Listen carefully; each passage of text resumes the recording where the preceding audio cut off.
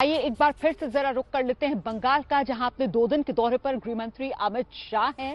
आज दिन की शुरुआत गृहमंत्री अमित शाह ने आर के मिशन पहुंचकर की और अब से कुछ ही देर में अमित शाह पहुंचने वाले हैं मां सिद्धेश्वरी के मंदिर में उनके दर्शन करने के लिए। इसके बाद रैली जो मिदनापुर में गृहमंत्री अमित शाह करेंगे, और राजनीतिक तौर पर यह रैली बेहद महत्वपूर्ण इसलिए हो जाती है क्योंकि मिदनापुर की इसी रैली में माना जा रहा है ममता बनर्जी के दाएं हाथ माने जाने वाले शुभेंदु अधिकारी, जो अब टीएमसी से अपने नाते खत्म कर चुके हैं, वो बीजेपी में शामिल हो जाएंगे। दिखाते हैं आपको एबीपी न्यूज संवाददाता नीरज पांडे की मिदनापुर से रिपोर्ट।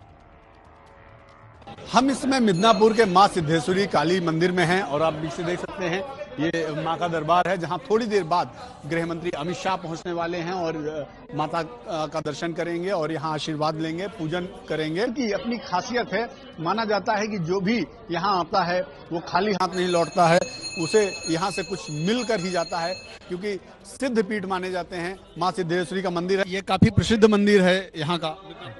मिदनापुर क्या, वेस्ट बंगाल का, वेस्ट बंगाल का, बहुत बंगाल का। क्योंकि ये 538 साल पुराना मंदिर है। कितने साल? 538 साल। 529 साल पुराना मंदिर है। ये पहले पत्ता का था, उसके बाद मिट्टी हुआ, उसके बाद स्टग हुआ, उसके बाद ये इतना बड़ा ये हुआ।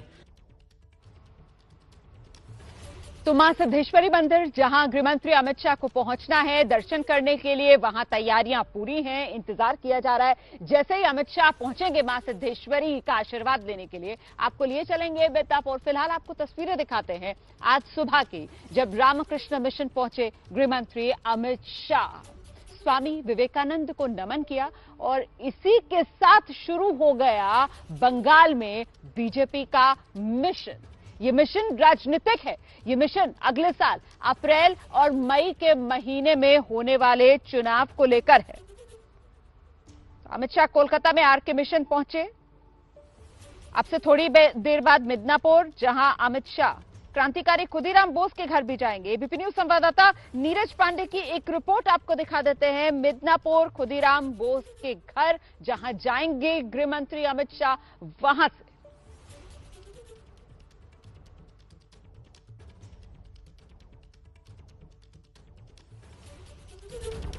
मिदनापुर में जिस जगह हम खड़े हैं, दरअसल ये महान क्रांतिकारी खुदीराम बोस का जन्म स्थान है। और ये देखिए, ये मूर्ति जो खुदीराम बोस जी की यहाँ पे लगी है, दरअसल थोड़ी देर बाद जब गृहमंत्री अमित शाह पहुंचेंगे तो सबसे पहले यहीं आकर श्रद्धांजलि अर्पित करेंगे, माल्यार्पण करेंगे और माल्यार्पण करने के बाद यहाँ उनकी परिवार से मुलाकात करेंगे। दरअसल ये खुदीराम बोस जी के मौसी का घर था और इसी घर में खुदीराम बोस जी का जन्म हुआ, यहीं उनका लालन पालन हुआ। और उसके बाद आज गृहमंत्री अमित शाह जब आएंगे तो उनके मौसी के परिवार से मिलेंगे और उन्हें सम्मानित भी करेंगे।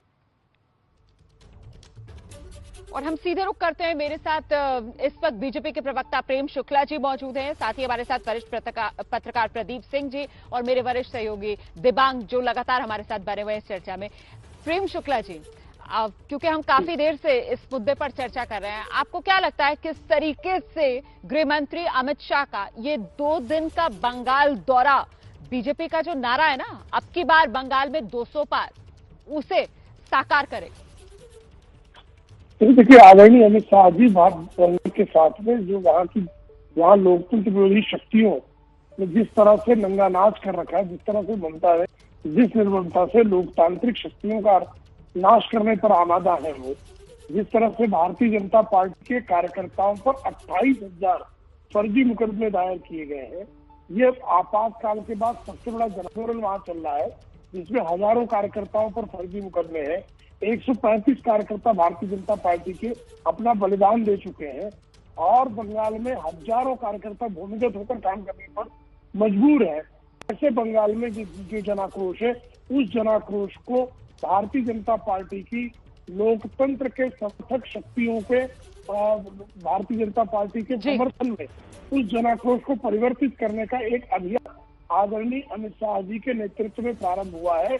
और ये समझे कि पिछले जिस तरह से 9 वर्षों में भारतीय जनता पार्टी 4% मत से 40% मत तक पहुंची है, आदरणीय अमित शाह जी के कुशल नेतृत्व में हम 51% से अधिक मत बंगाल में प्राप्त करेंगे और बंगाल में लोकतंत्र को प्रेम शुक्ला जी, गद्याहुत को। ठीक है प्रेम शुक्ला जी, मेरे साथ देखिए इस वक्त टीएमसी के समर्थक प्रदीप्त मुखर्जी भी मौजूद है। मुझे लगता है प्रदीप्त मुखर्जी जी जिस जनाक्रोश की बात कर रहे हैं प्रेम शुक्ला यहाँ पर, आपकी सरकार के खिलाफ इतना जनाक्रोश, इसकी वजह क्या है सर?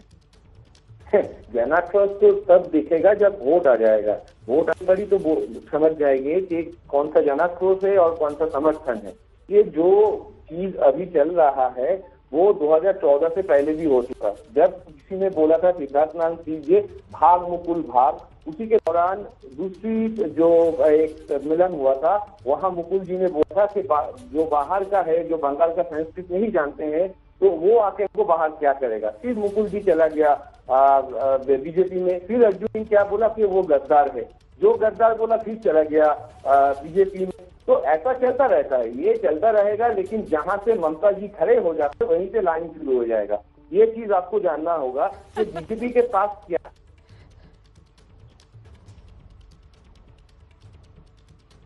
आवाज में कुछ दिक्कत आ रही है प्रदीप, तो आपकी आवाज नहीं आ रही है। मैं दोबारा आपके पास आऊंगी, हम इसको ठीक कराते हैं। कुछ दिक्कत आ रही है, आपकी आवाज नहीं आ रही है प्रदीप। तो लेकिन मुझे लगता है मैं दोनों जो वरिष्ठ पत्रकार हमारे साथ मौजूद हैं उनकी एक एक टिप्पणी यहाँ पर लेती हूँ। दिबांग, जो बात अभी प्रदीप्तो ने कही वो फिल्मी डायलॉग की, जहां से ममता बनर्जी खड़ी हो जाती हैं लाइन वहीं से शुरू होती है। ये ओवर कॉन्फिडेंस है टीएमसी का या फिर एक पोस्टरिंग है टीएमसी की, क्योंकि अप्रैल मई में चुनाव होने हैं? तो ये अमिताभ बच्चन का डायलॉग बता रहे हैं, पर अगर आप निष्पक्ष तरीके से देखें तो ये तो बीजेपी वाले भी मानेंगे कि एकदम स्ट्रीट फाइटर रही हैं। आप ये देखिए कि जयप्रकाश नारायण 74-75 में जाते हैं कोलकाता, उनकी गाड़ी के बोनट पर चढ़ जाते हैं। रामविलास पासवान रेल बजट पेश कर रहे थे, उन्होंने अपना उन पर शॉल फेंका ये कहते हुए कि आप बंगाल का ध्यान नहीं रखते हैं। उन्होंने जिस तरह से अपना इस्तीफा फेंका लोकसभा में, इस्तीफा देते हुए वहां पे डिप्टी स्पीकर थे उस दिन, आपने वो भी देखा होगा। ब्लॉकेट जो उन्होंने किया वो भी देखा होगा। लेकिन एक सोचने वाली बात इस सब पर यह है कि भाई जिस पार्टी को 2011 में 4% वोट मिले, वो बढ़कर जब ये पंचायत चुनाव हुए वो 18% हो गए, और पिछले यानी जो 2018 का पंचायत चुनाव है और 2019 का जो चुनाव है उसमें वो बढ़कर 40% हो जाता है। तो इनको, टीएमसी को ये गंभीरता से सोचना पड़ेगा कि क्या वजह है कि ये पार्टी लगातार इतना बढ़ती जा रही है।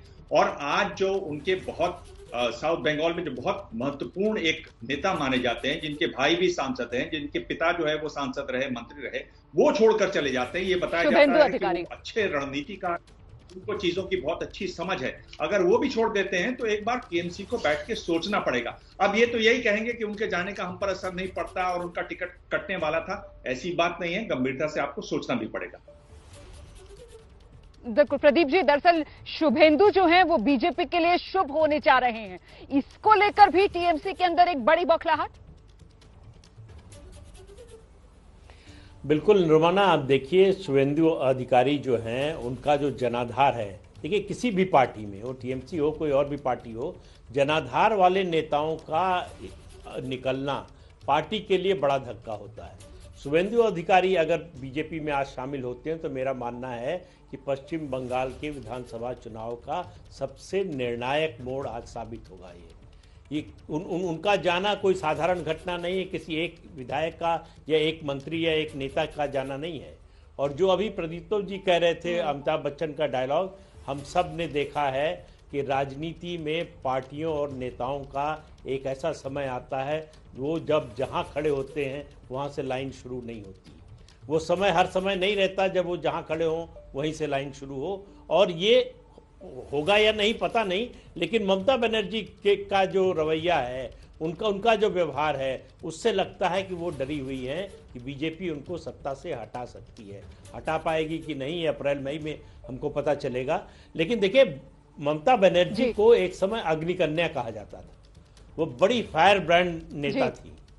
वो सीपीएम की लेफ्ट फ्रंट की हिंसा से लड़ते लड़ते जो है सत्ता तक पहुंची और उसी को अपना लिया।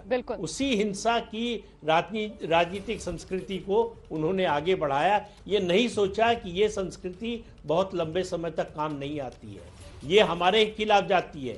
जो ये ऐसा जो है भस्मासुर है जो उसी को डसता है जो इसको चलाता है।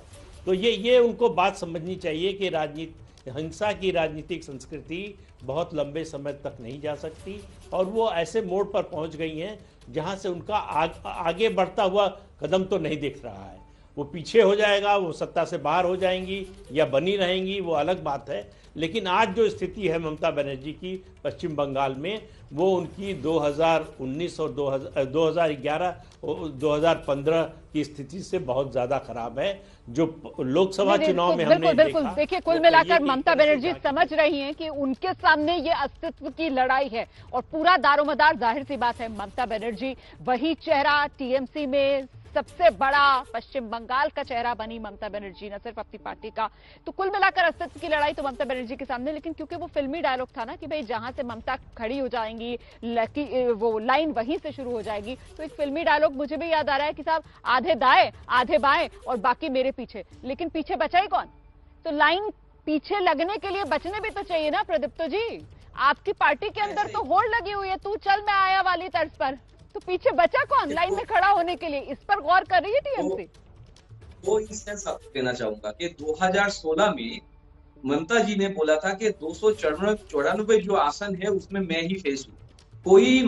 ऐसा कोई लीडर नहीं था जो ये बोल पाया कि नहीं ममता जी नहीं है, हम है लीडर, आप आपको वोट दे। ये चीज आपको ध्यान में रखना है। उस वक्त शारदा था, नारदा था और बहुत सारे प्रॉब्लम्स भी थे। उसी के दौरान 2016 में वो ये डायलॉग दिया था और वही एक ही कैंडिडेट था। एक चीज ये जान लीजिए। दूसरा ये है कि दिल्ली में क्या हुआ था, जो आप 23 विधायक से ज्यादा को टिकट नहीं दिया था, उसमें से 8 चला गया था बीजेपी में। फिर क्या हुआ? फिर तो आप ही आया ना, एक माफलर लेके चला आया, एक माफलर बीजेपी को मिल गया। लेकिन ये पॉलिटिक्स जो है, ये पॉलिटिक्स ऑफ एकोमोडेशन, जो एब्जॉर्प्शन जो बीजेपी कर रहा है, आप नीरज है ग्राउंड में, तो थोड़ा चाय पानी के दुकान में जाइए, थोड़ा न्यूट्रल रिसर्च कीजिए, फिर देखिएगा कि ये जो जनता है वो ठीक से नहीं ले रहा है। क्योंकि जो एकोमोडेशन पॉलिसी बीजेपी अभी कर रहा है, वो पार्टी विद डिफरेंस का जो क्लेम करता है उससे वो हट रहा है। क्यों हट रहा है? क्योंकि जिसके लिए वो बार बार नेगेटिव अप्रोच दिया था, करप्शन फ्री चार्जेस के लिए वो एंटी करप्शन मेजर्स लाए थे, फिर वही आदमियों को वो लेके एक वॉशिंग मशीन सिस्टम में डाल रहा है और डाल के उसका फ्रंट में लगा रहा है। और अभी बीजेपी से तृणमूल का फाइट नहीं है, अभी फाइट है तृणमूल से तृणमूल का। क्योंकि बीजेपी का जो फ्रंट लीडर अभी बंगाल में आ गया है, वो ओल्ड बीजेपी नहीं है, सारे हैं जो तृणमूल है। वो अग्निमित्रा पाल हो, वो मुकुल राय हो, वो जो युवा प्रेसिडेंट है वो हो, जो भी हो, वो तृणमूल का ही है। तो ये तो एक स्ट्रेटेजिक एनालिसिस भी ऐसे ही हो सकता है कि हम जान पाएंगे कि कैसे ये लड़ाई करने जा रहे हैं। मैं प्रेम शुक्ला जी के पास चलती हूँ। मतलब प्रेम शुक्ला जी, एक बात जो प्रदीप्तो जी कह रहे हैं कि साहब बंगाल में बीजेपी है का? बंगाल में तो बीजेपी जो है वो टीएमसी वाली बीजेपी है। मतलब टीएमसी का एक नया वर्जन है जो बीजेपी वहां पर हमें दिख रही है। और दूसरी बात ये सर कि ये बात तो सच है ना, आपकी पार्टी के नेता जो है वो खुद सवाल उठा रहे हैं कि साहब ये हम क्या कर रहे हैं। बाबुल सुप्रियो को हमने देखा, जिस तरीके से जितेंद्र तिवारी को लेकर चर्चा थी कि वो बीजेपी में आ जाएंगे, तो बाबुल सुप्रियो कह रहे थे कि भाई यही तो वो लोग हैं जो हमारे कार्यकर्ताओं को मारते थे, थे और अब इन्हीं को आप पार्टी में स्वीकार कर रहे हैं। तो इस रणनीति को किस तरीके से देखा समझा जाएगा? प्रेम शुक्ला जी। देखिए रोमाना जी, जिस जन लहर जिस पार्टी की लोकप्रियता होती है और जनता का रुख जिस पार्टी के समर्थन में होता है, स्वाभाविक तौर पर बहुत सारे राजनेता सत्तारूढ़ दलों से, विपक्ष दलों से जिस पार्टी की लोकप्रियता उस पार्टी की तरफ आते हैं। आप आसनसोल का मुद्दा उठाया, भारतीय जनता पार्टी की नीतियों और कार्यक्रमों को स्वीकारने वाले योग्य लोगों को पार्टी में लिया जाएगा। जितेंद्र तिवारी के संदर्भ में जब हमारे आसनसोल के सांसद और केंद्रीय मंत्री आदरणीय बाबुल सुप्रियो जी ने की, तो पार्टी के नेतृत्व ने उस पर जो है विचार किया और कहा कि भाई हम नहीं लेंगे। तो जो योग्य लोग हैं, जो भारतीय जनता पार्टी की नीतियों और कार्यक्रमों को स्वीकारते हैं, विचार दर्शन को स्वीकारते हैं और जो चुनाव जीतने में समर्थ और सक्षम है और जो वहां पर सत्ता परिवर्तन जो आवश्यक है, वहां जिस तरह से जिस निर्भरता से लोकतंत्र की हत्या की जा रही है, संवैधानिक संस्थानों का पतन किया जा रहा है और स्वयं ममता बनर्जी के आसपास जो पूरा नेतृत्व भ्रष्टाचार में आकर डूबा हुआ है, बंगाल परिवर्तन में आया है, उस परिवर्तन के साथ जो कोई खड़ा है, भारतीय जनता पार्टी सारे योग्य लोगों को अपने समय की तृणमूल कांग्रेस पार्टी के साथ भी 2011 में बड़े पैमाने पर कम्युनिस्ट आए थे, तब कहा जा रहा था कि सर मुझे ब्रेक लेना है यहाँ पर। प्रेम शुक्ला जी, मुझे ब्रेक लेना है यहाँ पर। लेकिन जब आप लोग इस तरीके की बात करते हैं तभी तो जो आपके सियासी विरोधी हैं बंगाल में, जिस तरीके से टीएमसी है, वो ये आरोप लगाती है ना कि साहब बीजेपी की नीति तो यही है कि साम दाम दंड भेद किसी भी तरीके से सत्ता तक पहुंच जाए बंगाल के। फिर इन आरोपों पर क्या जवाब देंगे? अच्छा, इस वक्त की बड़ी खबर आप जानिए। राष्ट्रीय सुरक्षा सलाहकार हैं अजीत डोभाल। अजीत डोभाल के बेटे विवेक डोभाल ने मानहानि का मुकदमा दर्ज किया था कांग्रेस के नेता पूर्व केंद्रीय मंत्री जयराम रमेश पर। जयराम रमेश ने इस मामले में विवेक डोभाल से माफी मांगी थी और जयराम रमेश की माफी को विवेक डोभाल ने स्वीकार कर लिया है। इस वक्त की बड़ी खबर हम आपको बता रहे हैं कि वो जो मामला चल रहा था विवेक डोभाल और कांग्रेस के नेता जयराम रमेश के बीच, जिसमें जयराम रमेश ने आरोप लगाए थे विवेक डोभाल पर बाकायदा प्रेस कॉन्फ्रेंस करके, उसी के खिलाफ विवेक डोभाल ने कोर्ट का दरवाजा खटखटाया था, मानहानि का मुकदमा दर्ज किया था जयराम रमेश पर। और अब जयराम रमेश ने जब इस मामले में विवेक डोभाल से माफी मांगी तो उस माफी को विवेक डोभाल ने स्वीकार कर लिया है। विवेक डोभाल ने जयराम रमेश का माफीनामा मंजूर कर लिया है। ये जो केस हमने जयराम रमेश साहब के विरुद्ध फाइल किया था, उन्होंने माफ़ी मांग ली है और उन्होंने एक पब्लिक माफ़ी मांगी है, इसलिए उनको हम लोगों ने माफ़ कर दिया है। मेरा करियर है, मेरी लाइफ है, मुझे अपना काम करना है, मुझे अपनी बेसिकली रोटी रोज़ी कमानी है हर आदमी की। मैं इन कोर्ट कचौड़ी के केसेस में बहुत लंबा तो नहीं कर सकता हूँ, लेकिन ये बात है कि मुझे विंडिकेशन मिल गया। जो उन्होंने गलती की थी और उन्होंने बहुत बड़ी गलती की, मेरे विरोधी नहीं पूरे परिवार के विरुद्ध भी, उसको उन्होंने माफ़ी मांग ली है। उन्होंने पूर्ण रूप में माफ़ी मांगी है और वो मिल। तो दिन की सबसे बड़ी सियासी खबर जिस पर हमारी नजर लगातार बनी हुई है, पश्चिम बंगाल के 2 दिन के दौरे पर हैं गृह मंत्री अमित शाह। सुबह आरके मिशन पहुंचे, अब से कुछ ही देर बाद मिदनापुर पहुंच जाएंगे, जहां सबसे पहले मां सिद्धेश्वरी मंदिर जाकर वो दर्शन करेंगे, मां के आशीर्वाद लेंगे और फिर मिदनापुर में उनकी रैली है। और इस दौरान शुभेंदु अधिकारी जो बीजेपी का दामन थामेंगे। सियासी तौर पर बेहद महत्वपूर्ण आज का दिन बीजेपी के लिए भी और टीएमसी के लिए भी। कुल मिलाकर बंगाल की ये लड़ाई अब निर्णायक मोड़ पर आई, इसी पर हमारी नजर बनी हुई। मंत्री अमित शाह मिशन बंगाल पर हैं। अब से थोड़ी देर पहले अमित शाह आरके मिशन पहुंचे और स्वामी विवेकानंद की प्रतिमा पर माल्यार्पण किया। आरके मिशन में अमित शाह ने पूजा भी की। थोड़ी देर में अमित शाह मिदनापुर जाएंगे, जहां उनकी रैली होनी है। आज टीएमसी के बागी नेता शुभेंदु अधिकारी बीजेपी में शामिल हो सकते हैं। लगातार ये 4 तस्वीरें आपके सामने। मिशन बंगाल पर पहुंचे अमित शाह, बीजेपी में शामिल होंगे शुभेंदु। तीसरी तस्वीर टीएमसी की आपात बैठक हो रही है इस वक्त, क्योंकि जाहिर तौर पर टीएमसी में तृणमूल कांग्रेस के अंदर अफरा तफरी का माहौल, क्योंकि कहा जा रहा है कि 25 से 30 हजार कार्यकर्ता टीएमसी के शामिल हो सकते हैं। देखिए, मिशन बंगाल पर शाह लोगों का अभिवादन स्वीकार करते नजर आए। आरके मिशन का दौरा, स्वामी जी की प्रतिमा पर फूल चढ़ाते और साथ ही पूजा करते नजर आए। आपको बता दें, आज पश्चिम बंगाल के मिदनापुर में अमित शाह की रैली होनी है। शाह के दौरे से कार्यकर्ता बेहद उत्साहित हैं। एबीपी न्यूज संवाददाता नीरज पांडे से मिदनापुर में बीजेपी महिला मोर्चा के सदस्यों ने बातचीत की, दिखाते हैं उनका क्या कहना है। गृह मंत्री अमित शाह थोड़ी देर में सिद्धेश्वरी मंदिर पहुंचेंगे, लेकिन उनके स्वागत के लिए यहाँ आप देखिए भारतीय जनता पार्टी महिला मोर्चा की सदस्य हैं, तमाम लोग यहाँ पे फूल माला लेके उपस्थित हैं। आप लोग गृह मंत्री जी के लिए यहाँ आए हैं? हाँ, गृह मंत्री जी के लिए यहाँ आएंगे। किस तरह स्वागत करेंगे उनका? पहली बात, हाँ, वो हम लोग तो वहाँ रहेंगे। ये जो हिबिस्कस है, हमारा जो सिद्धेश्वरी माता का मंदिर है, वो माँ काली है। माँ काली हिबिस्कस, रेड कलर का हिबिस्कस के बिना पूजा नहीं होता है, इसीलिए हम ये लोग ये माला लेके आए हैं। ये अमित शाह जी उनको पहनाएंगे और वहाँ जाके आरती करेंगे। इस पवित्र माटी के छूने के लिए हम अमित शाह जी के स्वागतम जान रहे हैं।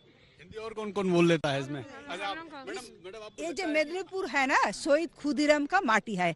अब अभी जो यहाँ पर जो पा रखा है, बहुत रक्त झड़ा है। इसका जो मंदिर है सिद्धेश्वरी काली माँ का, वो भी खुदीराम का पा पड़ा है, इसलिए पवित्र माटी है। यहाँ पर अमित शाह जी आने से हिस्टोरिकली मेरा मिदनापुर आरो गर्वित हो जाएगा, आरो प्राउड फील करेगा।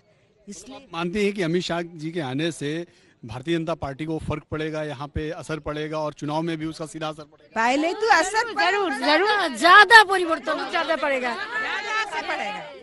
ज्यादा परिवर्तन। अमित शाह जी आज पश्चिम बंगाल के मेदिनीपुर जिले में जो पैर रख रहे हैं, उस पैर रखने के बाद 2021 में यहीं से डंका बजेगा, यहीं से हम लोग की जीत की शुरुआत है। आप लोग मानते हैं कि अमित शाह के आने से सीधा फायदा होगा, मेदिनीपुर में आप लोग जीतेंगे? बिल्कुल जीतेंगे। पहली बात ये जंगल महल है, पश्चिम मेदिनीपुर पूरा जंगल है, ये लेके ममता बनर्जी बहुत राजनीति किया है, खून खराबी बहुत किया है। चक्रधर महतो को जो लगा है, चक्रधर महतो अब से जेल से बाहर के निकल के ज्यादा खराब लगता है कि ये जंगल महल में जो ममता बनर्जी अपना राज किए है, आज वही जंगल महल उसको क्या डिमांड है आप लोग की? अगर सरकार बदलती है किस बेस पे बदलनी चाहिए और क्या डिमांड होनी? हम लोग का जो नारा है, सबसे पहले हम लोग अगर बीजेपी वहाँ झंडा लगेगा, सबसे पहले नारी की सुरक्षा, उसके बाद महिला सुरक्षा, उसके बाद युवा को, और हम लोग जैसे नारी जितने पढ़े लिखे हैं उसको रोजगार मिले, ये हम लोग का सबसे बड़ा मुद्दा है। ये अगर ममता बनर्जी सॉल्व नहीं कर पाई बोल के हम लोग वहाँ नवान्न में कमल खिलाएंगे और जोश के साथ ही खिलाएंगे आज अमित शाह जी आने के बाद ही। जाहिर सी बात है, देखिए महिलाओं में काफी जोश है, सबकी यही मांग है कि महिला सुरक्षा और बेरोजगारी सबसे बड़ा मुद्दा है राज्य का, और युवाओं का, खासकर महिला युवाओं का, युवतियों का मानना है कि बेरोजगारी दूर होनी चाहिए, रोजगार मिलना चाहिए, जो पढ़े लिखे लोग हैं उन्हें ऑप्शंस मिलने चाहिए। कैमरामैन कपिल मिश्रा के साथ नीरज पांडे, एबीपी न्यूज, मिदनापुर। और देखिए, अब से थोड़ी देर में अमित शाह मिदनापुर में मां सिद्धेश्वरी के दर्शन करेंगे। नीरज पांडे की खास रिपोर्ट आप देखिए। हम इस समय मिदनापुर के मां सिद्धेश्वरी काली मंदिर में हैं और आप पीछे देख सकते हैं ये मां का दरबार है, जहां थोड़ी देर बाद गृह मंत्री अमित शाह पहुंचने वाले हैं और माता का दर्शन करेंगे और यहां आशीर्वाद लेंगे, पूजन करेंगे। की अपनी खासियत है, माना जाता है कि जो भी यहां आता है वो खाली हाथ नहीं लौटता है, उसे यहां से कुछ मिलकर ही जाता है, क्योंकि सिद्ध पीठ माने जाते हैं मां सिद्धेश्वरी का मंदिर है। ये काफी प्रसिद्ध मंदिर है यहाँ का। मिदनापुर क्या, वेस्ट बंगाल का, वेस्ट बंगाल का, बहुत बंगाल का। हाँ, क्योंकि ये 538 साल पुराना मंदिर है। कितने साल? 538 साल। 529 साल पुराना मंदिर है। ये पहले पत्ता का था, उसके बाद मिट्टी हुआ, उसके बाद स्टक हुआ, उसके बाद ये इतना बड़ा ये हुआ। और देखिए, बंगाल की राजनीति में जो हलचल है वो अभी आपको बताएंगे मेरे साथ जो मेरे सहयोगी हैं रूबिका इस वक्त जुड़ रही हैं। Rubika, over to you. Thank you so much Shikha. उम्मीद करती हूँ आप अपना ख्याल रख रही होंगी। दर्शकों का बहुत बहुत स्वागत है। आप जानते हैं कि आज पश्चिम बंगाल में अमित शाह का दौरा है, पहला दिन है। 7 मंत्रियों की कमेटी यहाँ पर बाकायदा बनाई गई है और टारगेट क्या है? टारगेट यह है कि पश्चिम बंगाल में बीजेपी अपना झंडा गाड़ सके। उसके बाद खबरें ये भी आ रही हैं कि टीएमसी के सिपहसालार ममता बनर्जी के बेहद खास लोगों को भी तोड़ने में बीजेपी ने कामयाबी हासिल कर ली है।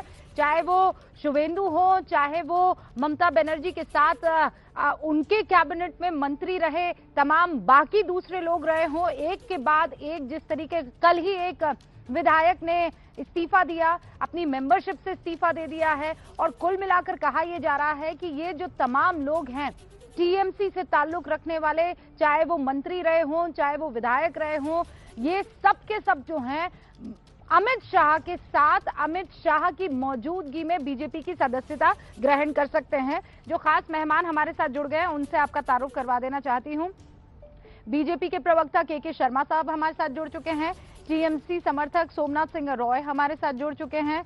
हमारे साथ सीनियर जर्नलिस्ट शिखा मुखर्जी भी जुड़ चुकी है और नेशनल अफेयर्स एक्सपर्ट अभिज्ञान प्रकाश भी हमारे साथ है। प्रदीप सिंह साहब भी हमारे साथ मौजूद है। अब बड़ा सवाल आज की तारीख में सोमनाथ सिंह रॉय ये खड़ा होता है कि क्या वाकई किले में छेद और भेद दोनों हो चुका है टीएमसी के? रूबिका, मैं अमित शाह जी आज आया, इसके बाद मैं आज बहुत खुश हूँ। अभी तक तो मैं बहुत खुश हूँ, क्योंकि पहले बात है, आज तो स्वामी जी का मूर्ति नहीं तोड़ा, जैसे विद्यासागर का मूर्ति तोड़ा था।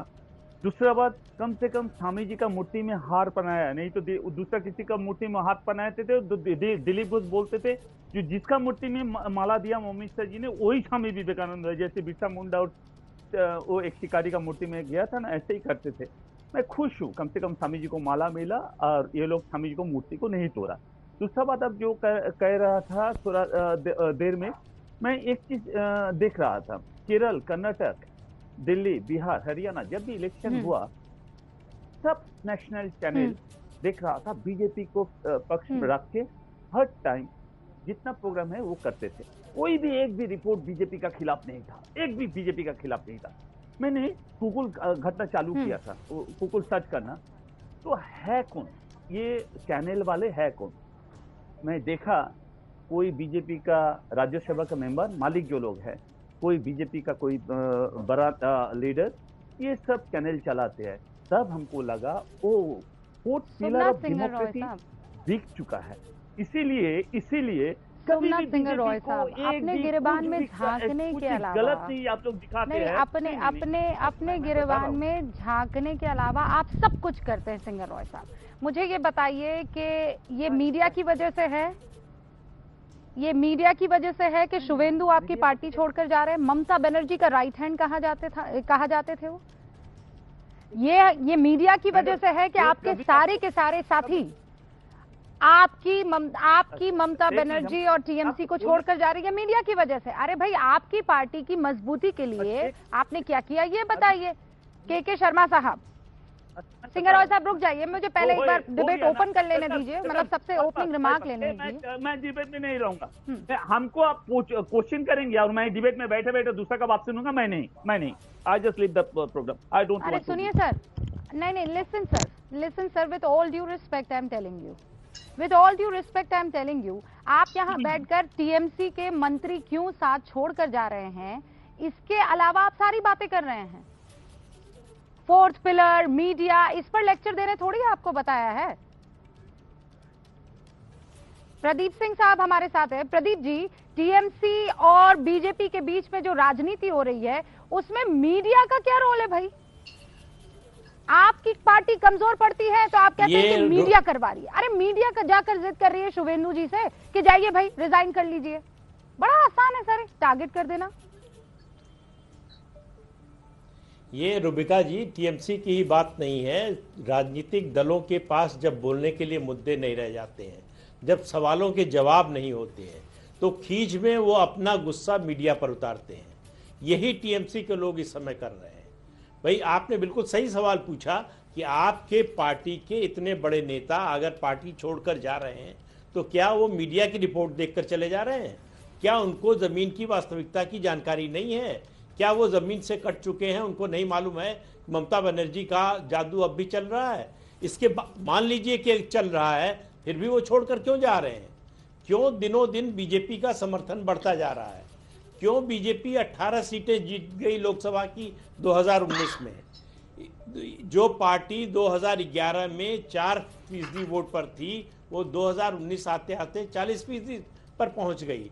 तो कुछ तो समर्थन होगा, कोई तो कारण होगा, या मीडिया रिपोर्ट देखकर जो है लोगों ने, घर से निकले लोग सब टीवी देख रहे हैं और जाके जो है उन्होंने वोट दे दिया।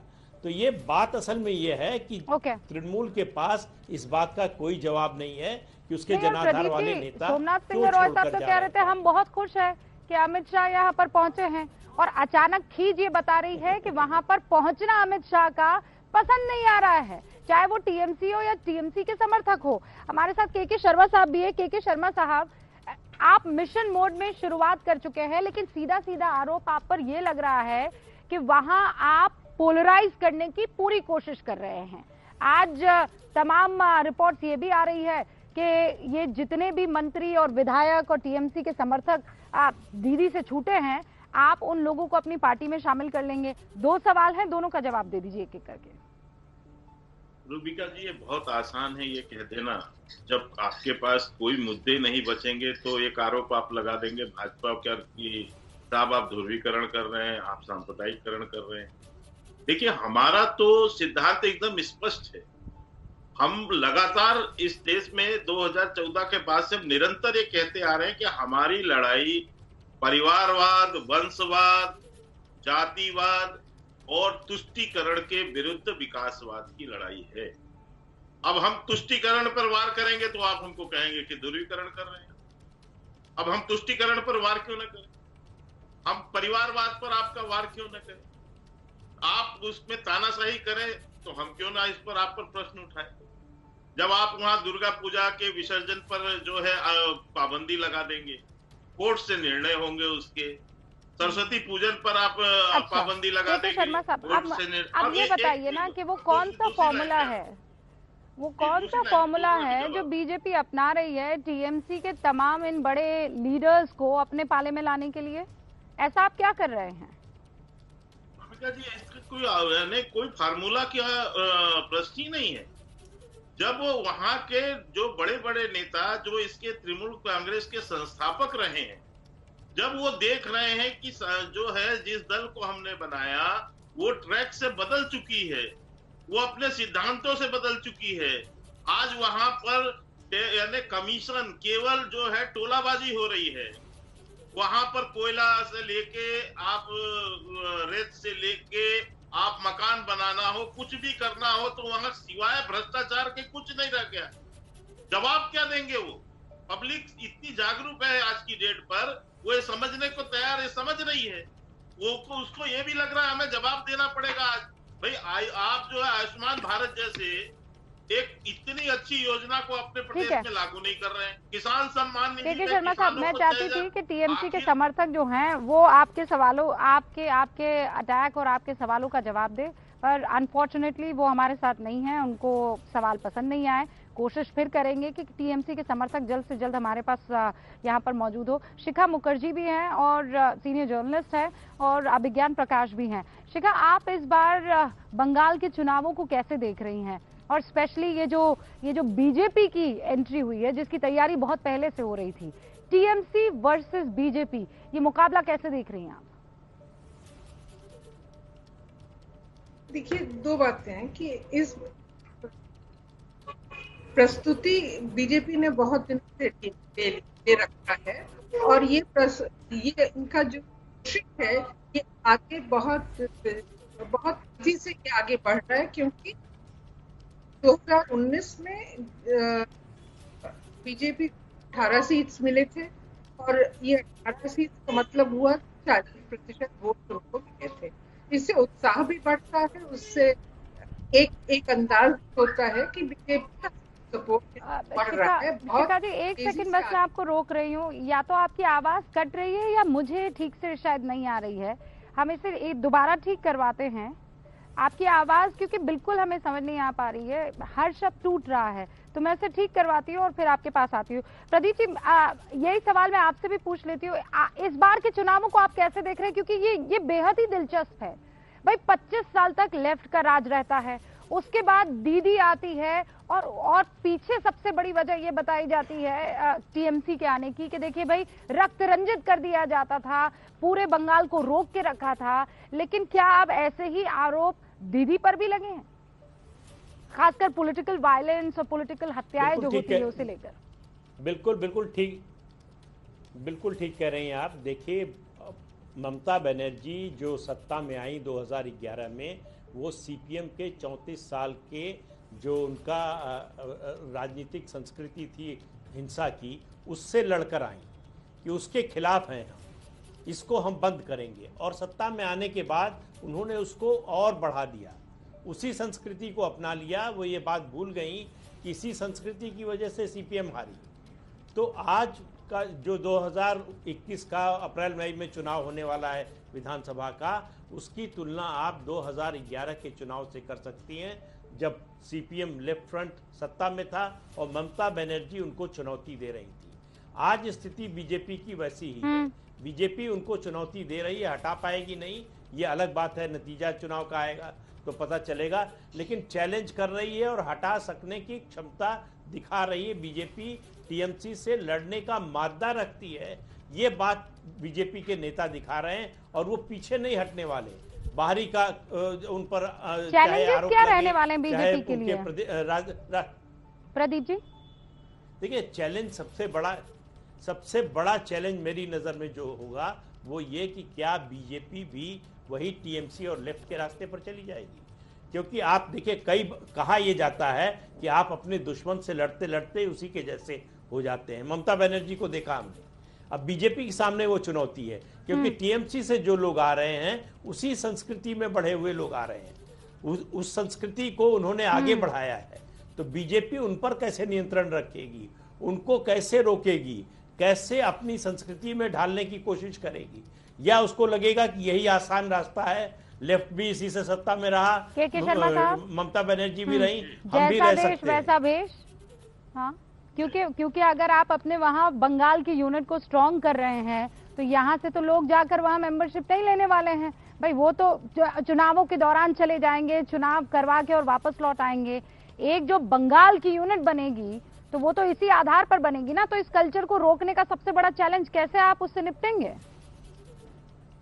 देखिए, प्रदीप जी ने जो प्रश्न उठाए हैं महत्वपूर्ण है, मैं इसमें कोई प्रश्न ऐसा नहीं खड़ा करूंगा, लेकिन मैं आपको एक चीज बता दूं कि भारतीय जनता पार्टी का ट्रैक रिकॉर्ड आपको देखना होगा। इस संदर्भ में बहुत से लोग हमारी पार्टी में ज्वाइन किए हैं। मैं आपको ध्यान दिलाऊं रुपया जी, आपको तो सीनियर जर्नलिस्ट, 2014 का जब चुनाव समाप्त हुआ लोकसभा का आम चुनाव, उसके बाद कांग्रेस किस तरह से टूटी।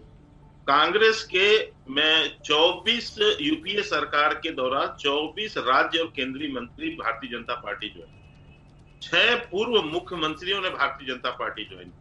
तब भी ये प्रश्न बार बार उठा और लोगों ने कहा कि क्या आप कांग्रेस हो जाएंगे?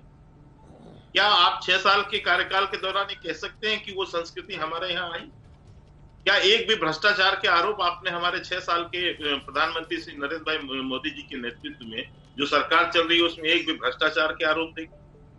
तो मैं ये कहना चाहता हूं कि विषय ये है कि जब वो हमारी विचारधारा को अपनाते हैं, और वहां जो ऐसा नहीं है कि हमारी वहां पार्टी नहीं, पार्टी तो हम जो है 1953 वहां वो उस समय से हमारी पार्टी। और एक मिनट में आपकी बात पूरी कर दूं।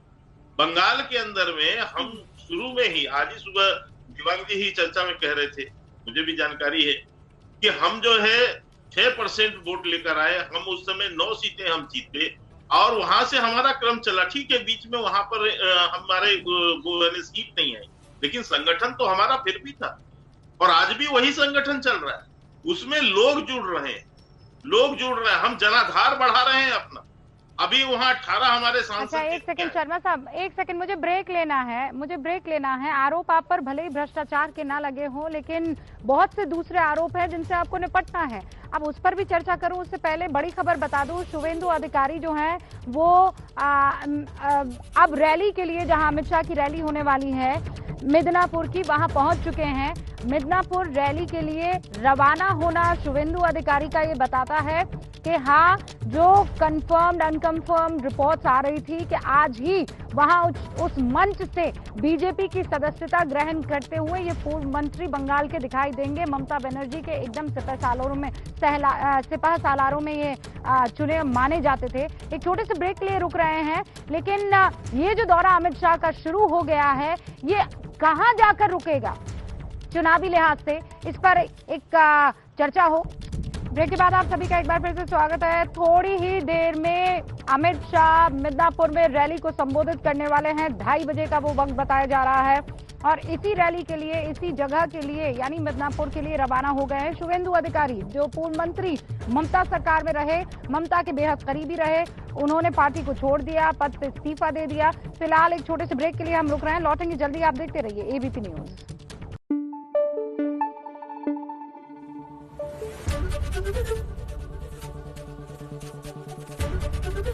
एबीपी न्यूज आपको रखे आगे।